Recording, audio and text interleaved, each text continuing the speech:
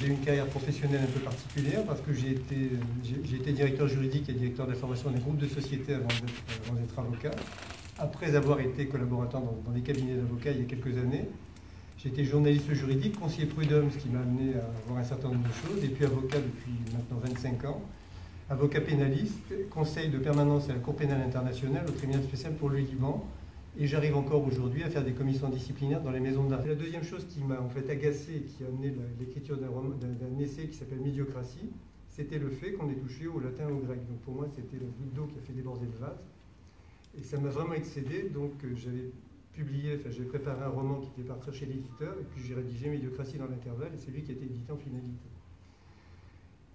La décision que j'ai prise à ce moment-là, c'était de dire soit tu vas te lamenter sur ce qui va se passer, alors pour qui vas-tu voter en 2017, et ça je veux dire que c'était quand même un sérieux problème, et puis finalement c'est de dire que tu vas devoir voter, il faut que tu puisses voter pour quelqu'un qui te ressemble. Et la personne qui me ressemblait le plus, c'était moi. Donc j'ai pris la décision, pour éviter toute difficulté, c'est d'envoyer, donc de décider d'écrire aux maires, en tout cas aux élus, en commençant par les maires des communes, pour en fait avoir ce premier contact en vue de la récupération de ces fameuses 500 signatures. Et là, j'ai eu quand même des surprises parce que j'ai découvert que certains maires, en fait, ou certains élus en tout cas, ne percevaient pas ce que signifiaient ces signatures. Alors j'ai eu des courriers, un que j'ai publié il n'y a pas très longtemps, donc en cachant naturellement le nom de l'expéditeur, mais il avait eu la courtoisie quand même de me répondre, c'était quand même déjà quelque chose, en me disant « Je suis membre des Républicains, je veux absolument que mon candidat gagne, il ne faut pas qu'il y ait dispersion, donc je ne vous donnerai pas ce pouvoir. » Donc je lui ai répondu pour lui dire, je crois qu'il y a...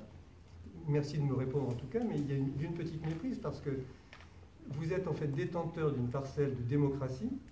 Il y a simplement, le parrainage est un terme impropre, donc autant utiliser le français dans son sens premier. Ce n'est pas un parrainage. On vous demande tout simplement, dès que vous rencontrez quelqu'un, c'est de lui donner avec un point une partie d'une autorisation de communiquer et de s'exprimer et d'aller expliquer des choses à la nation. Et il en faut 499 autres pour avoir ce fameux permis de communiquer. Donc vous autorisez quelqu'un à parler, ce n'est pas un soutien. C'est pas comme ça que la loi en fait a prévu les choses. Et j'ai pris mon ordinateur, et puis avec mes petites mains, sans fond particulier, en disant que je ne passerai pas par le courrier, parce que 36 000 communes à 0,76 € le timbre, ça faisait déjà un budget qui n'avait rien à voir avec les 70 millions que s'étaient partagés les trois partis majoritaires l'année précédente, payés par les contribuables, parce que nous sommes dans un magnifique pays où l'on pourrait voir un prévenu se présentant devant un tribunal correctionnel, poursuivi pour abus de confiance, escroquerie, tout ce que vous voulez, tous les délits financiers qu'il y a, et dire au procureur ou au président, monsieur le procureur, monsieur le président, si vous souhaitez que j'arrête d'être un délinquant, faites de moi un fonctionnaire d'État.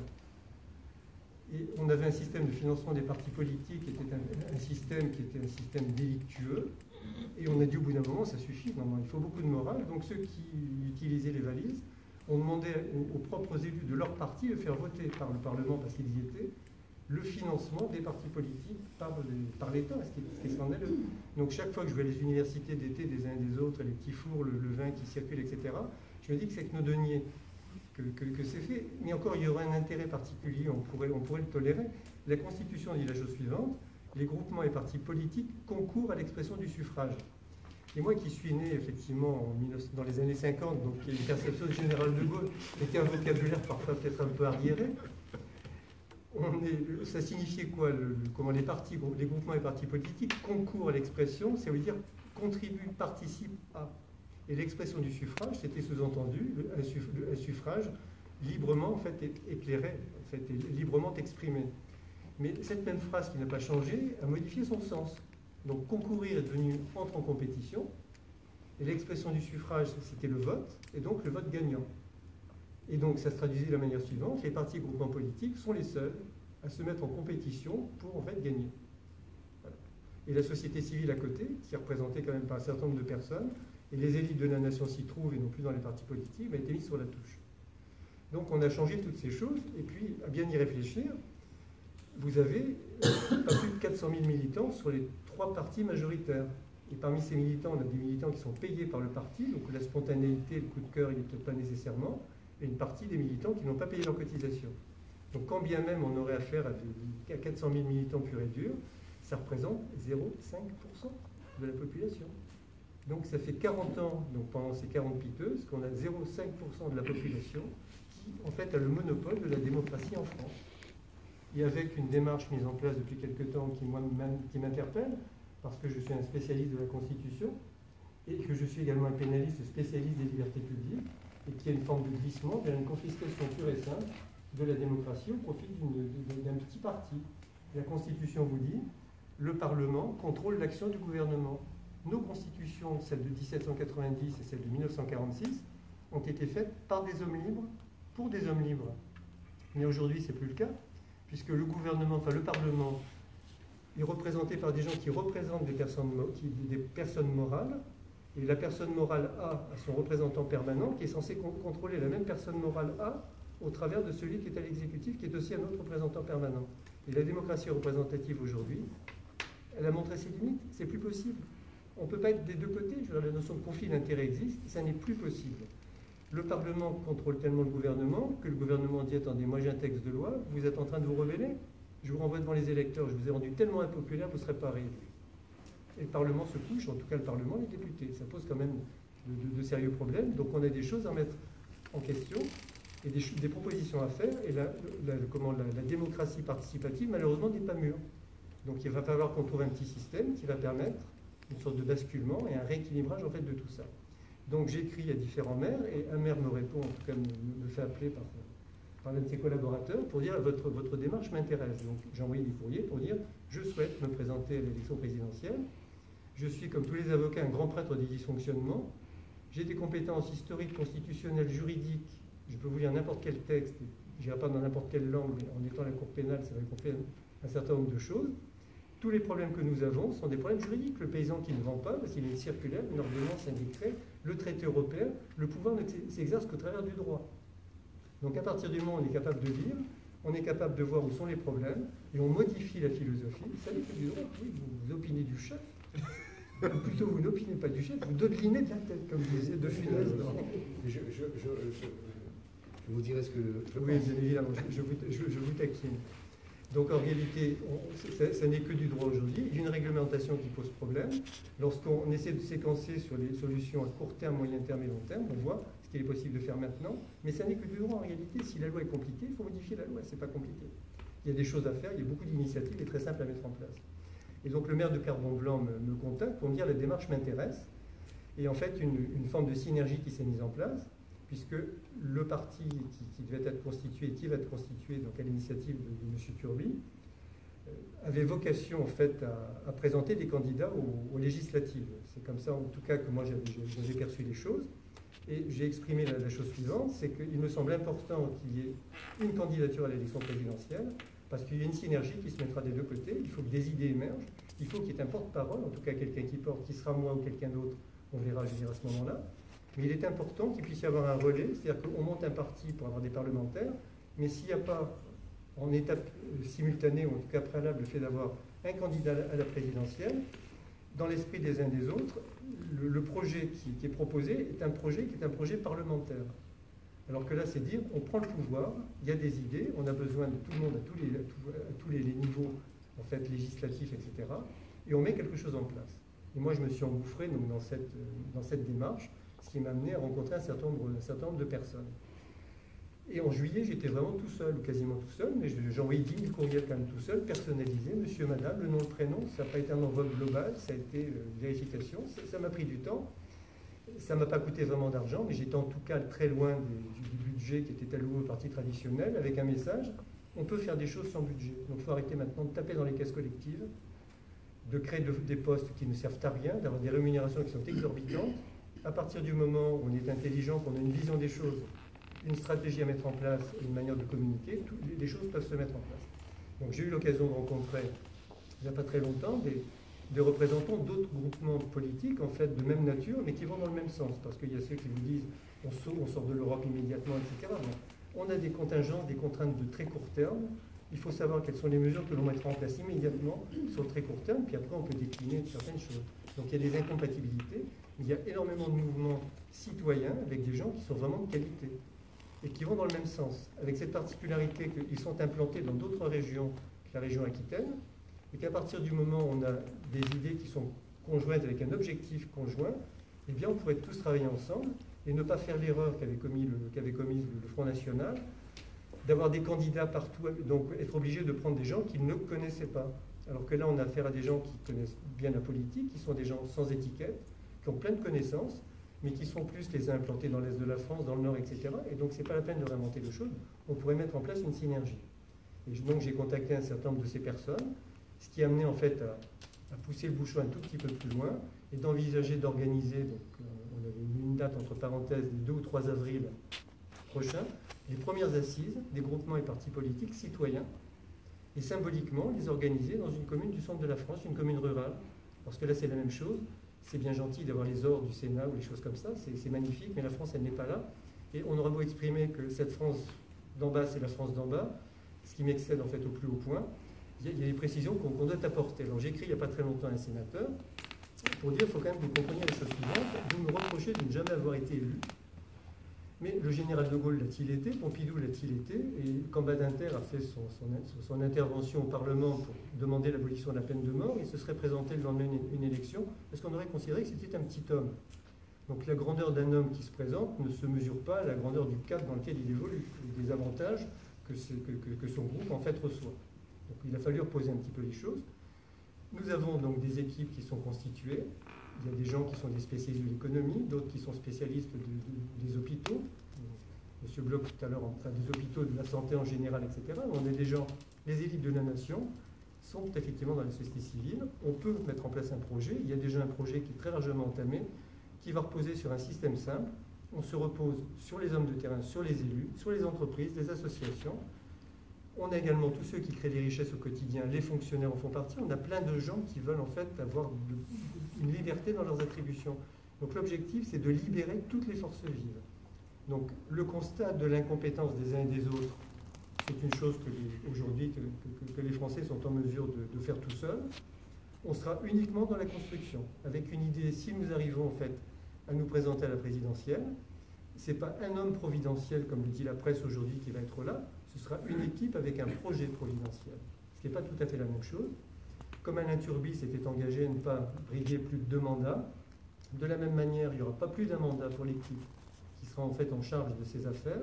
L'équipe sera structurée et connue avant l'élection, donc ça évitera les combinaisons après l'élection avec ceux dont on aura dit pique-pendre pour finalement les faire rentrer, parce que ça c'est terminé, ce genre de choses, je crois que c'est devenu insupportable pour tout le monde. Il y aura donc une impossibilité de se représenter. Il y aura une prestation de serment de l'ensemble des acteurs majeurs. Il est anormal qu'un policier municipal prête serment et pas le président de la République. Alors on explique qu'un menteur est un menteur, mais un menteur assermenté, c'est pas tout à fait la même chose, puisqu'on tombe en fait dans un délit qui est quand même à la limite d'ailleurs du crime, ce qui est quand même très différent. Moi j'ai 2 prestations de serment, l'une en tant qu'avocat national et l'une en tant qu'avocat donc à la Cour pénale, mais je peux vous dire que dans le comportement, chaque fois, vous avez toujours en toile de fond, toujours quand vous avez un doute sur un comportement à avoir, on a toujours cette chose en fait qui revient. Donc il y a la prestation de serment, parce que c'est un véritable engagement qui est pris par les hommes politiques à l'égard en fait du peuple, on va l'appeler comme ça, même avec un P majuscule. C'est un engagement formel et solennel, c'est véritablement important. Plus de conflit d'intérêts, pas de modification de la Constitution dans un premier temps, parce que les institutions, elles sont en place. C'est que petit à petit, les uns et les autres s'en sont totalement éloignés. Donc on a des institutions aujourd'hui qui doivent fonctionner, mais elles ne fonctionnent pas comme elles devraient l'être. Elles sont dénaturées absolument partout. Donc on va essayer de mettre tout ça en place. Et la première chose qui sera faite également sera de dire voilà les premières mesures que nous allons prendre par ordonnance, avec un calendrier. Donc on ne sera pas dans 6 mois plus tard, ah, tiens j'ai découvert qu'il y avait des problèmes, on sait tous qu'il y avait des problèmes, on le sait. Donc on y aura réfléchi avant, il y aura donc une série de mesures immédiates à prendre par voie d'ordonnance, et les Français en fait adhéreront, ou n'adhéreront pas à ce genre de choses. Ce qui pose un problème, c'est le problème des 500 signatures, parce que le seul mérite dans tout ça, si d'aventure je peux me présenter à la présidentielle, ce ne sera pas sur mes compétences, mais ce sera d'abord sur ma compétence à obtenir de 500 élus qui nous donnent la permission de parler. Étant précisé que notre ami Urvoas, qui vient de devenir garde des Sceaux, a fait voter par l'Assemblée nationale, donc avant les vacances de Noël, une loi de modernisation de l'élection présidentielle. Où on précise, et qui est passé là au Sénat, mais c'est joué, qui est passé là, donc ils ont retoqué un article, mais enfin c'était pas bien important. Les pauvres élus sont sous pression parce que les gens n'arrêtent pas de téléphoner pour dire donnez-moi votre signature, donc ils n'en peuvent absolument plus. Donc dorénavant, les candidats potentiels ne pourront plus aller chercher chez les élus, donc les signatures, mais les élus devront eux-mêmes les transmettre directement au Conseil constitutionnel par la poste, peut-être par Internet, mais ce n'est pas encore joué, et c'est le cachet de la réception qui fera foi, même pas le cachet de la poste. C'est-à-dire qu'on se dit que le pauvre qui arrive à avoir ses 500 signatures, si d'aventure il y en a une ou deux qui se perdent en cours de route, il ne les aura pas. Donc il considère qu'il y a trop de candidats, il y en a eu 12, je crois, aux dernières élections, et sur les 12, il y en a un et demi qui sort de la société civile. Le reste, ils sortent tous des partis, de tous ceux qui sont invités sur les plateaux tous les jours de l'année, matin, midi et soir quasiment. Pas de remboursement des frais de campagne au-delà de 6 mois. Et quand vous n'êtes pas connu, vous investissez davantage, vous investissez plutôt que les autres. Et puis parallèlement, ça évite aussi de demander des comptes au président sur le moment où il a utilisé ses fonctions présidentielles pour faire sa propre com, parce que ça rentre aussi, mais c'est la mentalité, c'est tout à fait l'état d'esprit. Donc on a cette difficulté, et on a proposé donc aux sénateurs, en faisant valoir que c'était aujourd'hui le dernier rempart parlementaire contre la dictature rampante qui est en train de se mettre en place. J'ai fait tout un tas d'articles sur mon blog, c'est pas un fantasme d'un avocat quand on parle de dictature, mais tous les textes qui sortent sur la sécurité, etc., etc., la France sera bientôt le camp de naturistes le plus vaste du monde. Parce qu'ils ont tellement besoin de voir comment sont faits les Français, qu'on sera bientôt obligé de se promener à poil, parce que moi l'expression, ça va être ça. Parce qu'on est dans un système où même le secret professionnel commence de nouveau à être attaqué, comme sous la Révolution française au moment de la Terreur, parce que derrière le secret, il peut y avoir le complot. Et quand on a des politiques qui sont en danger, qui ne veulent pas perdre leur poste, on arrive à ces situations. J'ai ressorti il y a quelques jours la loi sur la sûreté qui avait été mise en place par Robespierre en 1793, juste avant qu'ils mettent la machine à couper les têtes. Vous savez, quand les têtes dépassaient un peu, on les découpait un tout petit peu. Cette loi, en fait, dite sur les suspects. Et j'ai demandé au lecteur simplement de lire le texte en fermant les yeux et en se disant, tiens, c'est la loi qu'on nous sort maintenant. Vous remplacez les aristocrates par les terroristes. Et vous regardez, on n'a jamais eu un texte aussi moderne que celui-là.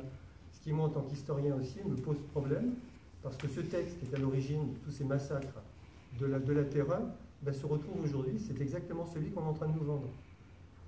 À une différence près, le texte précédent était bien meilleur, parce que pour être fiché S, ça ne s'appelait pas comme ça à l'époque, il fallait 7 personnes pour décider que quelqu'un était un suspect. Maintenant, une seule personne suffit.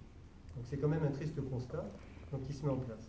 Donc, le problème des 500 signatures. J'en ai presque fini, parce que ne pas laisser parler un avocat, c'est effrayant. En plus, bavard de nature, donc c'est quand même quelque chose. Donc, je finis en fait la boucle de manière extrêmement cohérente, parce qu'en marge de ça, un mouvement a pris naissance, dans lequel je n'étais absolument pas, mais qui est vraiment génial, et qui est en train de concentrer aujourd'hui, en fait, les caméras. C'est un mouvement qui s'appelle, en fait, qui s'appelle la primaire.org. Donc on a... Ça fait être révélateur. Révélateur. On a donc un informaticien avec un avocat encore un, mais qui je crois, on a un peu assez de ce métier de plaideur, qui ont monté en fait un groupement uniquement pour organiser des primaires au sein de la société civile. Donc ce site, on dit la chose suivante, tout va démarrer quand on aura 100 000 clics, enfin de signatures, mais ce sont des clics simplement disant nous sommes OK là-dessus. Ils ont demandé aux uns aux autres, les pré-candidats de s'annoncer. Lorsque les pré-candidats se seront annoncés dans un délai déterminé, ils vont devoir donc justifier de 500 signatures, mais cette fois-ci de citoyens, disant, moi je souhaite effectivement que lui soit en mesure de s'exprimer. On va finir par écrémer en fait le nombre de candidats. Eux vont organiser donc des tribunes, des tables rondes, etc. On va se balader un petit peu en France. Et puis au bout du compte, il y aura un vote qui va se faire par les Français, qui seront inscrits donc sur le site pour déterminer quel sera le meilleur candidat société civile pour les prochaines élections. Ça, c'est l'objectif. Donc on a toujours le frein des 500 signatures, mais on sera assuré d'avoir de toute façon un citoyen. 2, ce sera plus compliqué parce que ça ferait 2 fois 500 signatures, c'est quand même très difficile à obtenir. Un citoyen qui va en fait porter un projet, qui va obtenir en fait une sorte d'aval, étant précisé que tous les projets qui seraient contraires à une certaine éthique, bien évidemment, seraient écartés au départ, parce qu'il y a les valeurs républicaines, il y a tout un tas de principes de droit qui sont là. Le fait qu'il y ait un avocat aussi, pardon, au niveau de la direction de ce mouvement est tout à fait intéressant. Et donc, ça ne permet pas de dire, en marge de tous ceux puisqu'on a les 3 dont on se dit dans quel ordre vont-ils arriver au deuxième tour, attendez, vous êtes bien gentil, mais là, on a un candidat qui représente la société civile, qui est exactement comme vous, qui a du savoir-faire, du savoir, et puis maintenant qui va essayer de le faire savoir. Et ce groupement va essayer donc d'intervenir aussi auprès des élus pour collecter ces 500 signatures. Et pour éviter une dispersion, l'idée est d'organiser donc une union de tous ces groupements et de faire en sorte que les signatures des élus, donc faire venir le maximum d'élus, qu'on puisse avoir une concentration de ces 500 signatures ou d'autres signatures en plus, pour permettre à ce candidat de participer à l'élection. Je peux vous dire qu'on a énormément de choses à dire, que ça se fera en équipe, qu'il n'y a pas un dossier, je veux dire, l'avocat a un travers parfois, mais il a des travers, mais il a aussi une méthode de travail, qui est une méthode de travail extrêmement rigoureuse. C'est quand vous venez le voir à son cabinet pour dire que pensez-vous de mon dossier, s'il est mauvais, il vous dit il est mauvais, et il est mauvais à cause de ça. Donc des gens qui ont un projet aujourd'hui, on a des choses à changer dans la société, il y en a qui veulent changer les choses, les paysans veulent changer les choses, les taxis aussi, c'est-à-dire votre dossier, il est mauvais là. Donc c'est pas la peine de s'entêter là-dessus, on va essayer de le retravailler pour faire en sorte que les idées majeures en fait passent. Donc on a cette capacité d'analyse, de synthèse, de remettre en place un projet, de le porter, parce que par définition, on est en mesure de plaider en faveur de quelque chose, et c'est ce que nous allons proposer d'ailleurs aux paysans. Et moi je trouve que c'est un terme que j'aime bien, puisque les paysans, la FNSEA donc, a fait un petit mot en disant on va inviter les partis politiques à nous dire ce qu'ils veulent pour les paysans, on fera notre choix parmi ceux-là.